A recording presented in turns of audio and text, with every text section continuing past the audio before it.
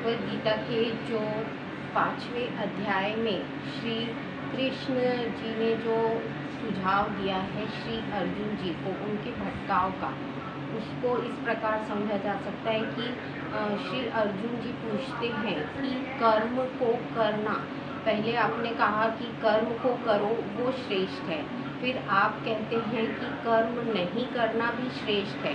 तो मुझे दोनों में से किसी एक को चुनकर आप बताइए कि कर्म करना श्रेष्ठ है या फिर कर्म को नहीं करना श्रेष्ठ है। तब श्री कृष्ण जी कहते हैं कि देखो पार्थ, कर्म करना और कर्म का ना करना दोनों एक दूसरे में समाहित है, यानी दोनों एक दूसरे के पूरक हैं।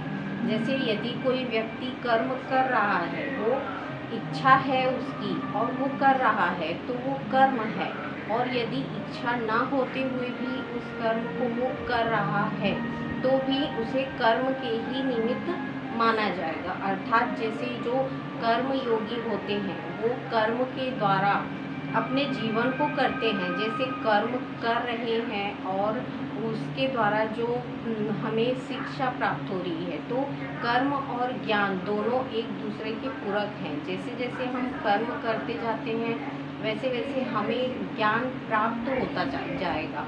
जैसे हम अपनी लाइफ को जो आगे बढ़ने के लिए कार्य करते जाएंगे तो हमें लाइफ क्या करेगी, एक ज्ञान देती है। जो ज्ञान हमें मिलता जाता है वही हमारे जीवन का एक्सपीरियंस होता है।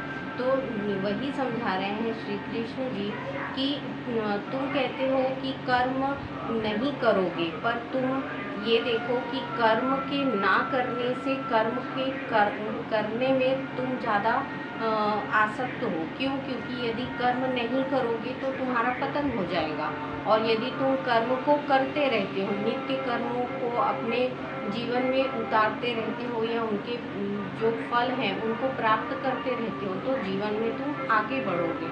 तो वही श्री कृष्ण जी कह रहे हैं कि देखो कर्म दो तरह के होते हैं। एक कर्म होता है जिसमें कर्म करके इंसान क्या होता है, ज्ञान को प्राप्त करता है, और जो योगी पुरुष होते हैं वो योग के द्वारा अपने ज्ञान को प्राप्त करते हैं। अर्थात उनके जो इंद्रियां होती हैं, उनका मन जो है वो उनमें इतना यानी पावर होता है योग के द्वारा, साधना के द्वारा, कि वो अपनी इंद्रियों को, अपने मन को, सारी चीज़ों को वश में कर लेते हैं, और उसके द्वारा जो ज्ञान प्राप्त होता है उससे वो अपना जीवन यापन करते हैं। तो कर्म और कर्म का जो फल है उसमें उनकी कोई आसक्ति नहीं होती। ऐसे योगी पुरुष क्या होते हैं कि सिर्फ अपने कर्म को करने के लिए आगे बढ़ते रहते हैं। उनका ऐसा नहीं है कि मैं जो कर्म कर रहा हूँ उससे क्या परिणाम मिलेंगे, तो उनको फल में कोई आसक्ति नहीं होती है। उनका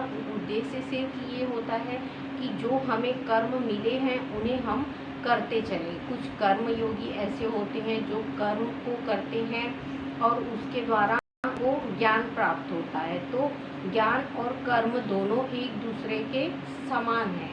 यदि तुम कर्म के द्वारा ज्ञान प्राप्त कर रहे हो तो भी तुम कर्म योगी ही हो, और यदि तुम योग के द्वारा ज्ञान प्राप्त कर रहे हो तो भी तुम कर्म कर रहे हो। जो योगी पुरुष होते हैं उनका जो योग होता है या साधना होती है वो अपने आप में इतनी सक्षम हो जाती है योग के द्वारा, साधना के द्वारा, कि जो भी वो कार्य करते हैं वो अपनी इंद्रियों को अपने वश में करके करते हैं। यानी उनकी जो इंद्रियां होती हैं, उनकी मन शक्ति जो होती है वो उनके अपने वश में होती है। जो भी कार्य है वो सारे कार्यों को वो ईश्वर की इच्छा या ब्रह्मदेव की इच्छा के अनुरूप ही करते हैं। यानी उनका जो ज्ञान योग है इतना बढ़ जाता है कि वो अपने जो सारी इच्छाओं को मार कर सिर्फ ये सोचते हैं कि मैं जो कार्य करता हूँ वो मैं सिर्फ ब्रह्मदेव की इच्छा अनुसार करता हूँ। तो जो दिन भर के जो कार्य होते हैं या जो उनकी दिन भर की दिनचर्या होती है वो सारे कामों को वो लोग ब्रह्मदेव में समर्पित करके करते हैं। और जो कर्म योगी होते हैं